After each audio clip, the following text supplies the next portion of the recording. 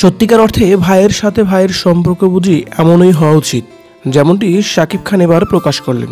শাকিব খান এবং আজিজ রেজার মধ্যে অনেকদিন ধরে যোগাযোগ না থাকলেও এবার যেন আজিজ রেজার অসুস্থতার সময় শাকিব খান তার পাশে দাঁড়িয়েছেন, এমন এক নিদারুণ সত্যি প্রকাশ পেয়েছে অবশেষে। প্রিয় দর্শক, নৃত্য পরিচালক আজিজ রেজার কথাই বলছিলাম।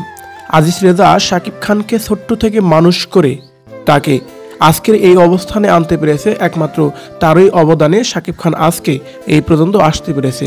সেই আজিজ রেজার সাথে শাকিব খানের বেশি একটা যোগাযোগ না থাকলেও এবার যেন আজিজ রেজার দুঃখের সময় পাশে দাঁড়ালেন।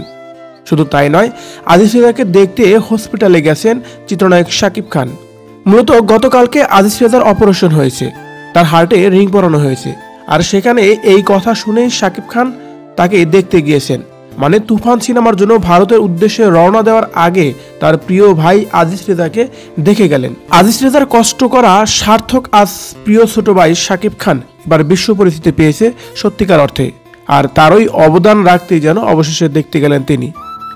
আজিজ রেজা এবং শাকিব খানকে নিয়ে অনেক আলোচনা সমালোচনাই হচ্ছিল মাঝখানে, কেননা অনেকেই বলাবলি করছিল যে শাকিব খান অতীত ভুলে গেছে, যার কারণে আজকের এই অবস্থানে আসতে পেরেছে। তারই কোনো খোঁজখবর রাখেন না শাকিব খান, কিন্তু সকল জল্পনা কল্পনার অবসান ঘটালেন তিনি এবার নিজেই। সোভিয়েত চিত্রনায়ক শাকিব খান অভিনয় জগতে যেমনই থাক না কেন, ব্যক্তিগত জীবন নিয়ে আপনার কেমন মতামত রয়েছে তার প্রতি কমেন্ট করে জানিয়ে দিন কমেন্ট বক্সে।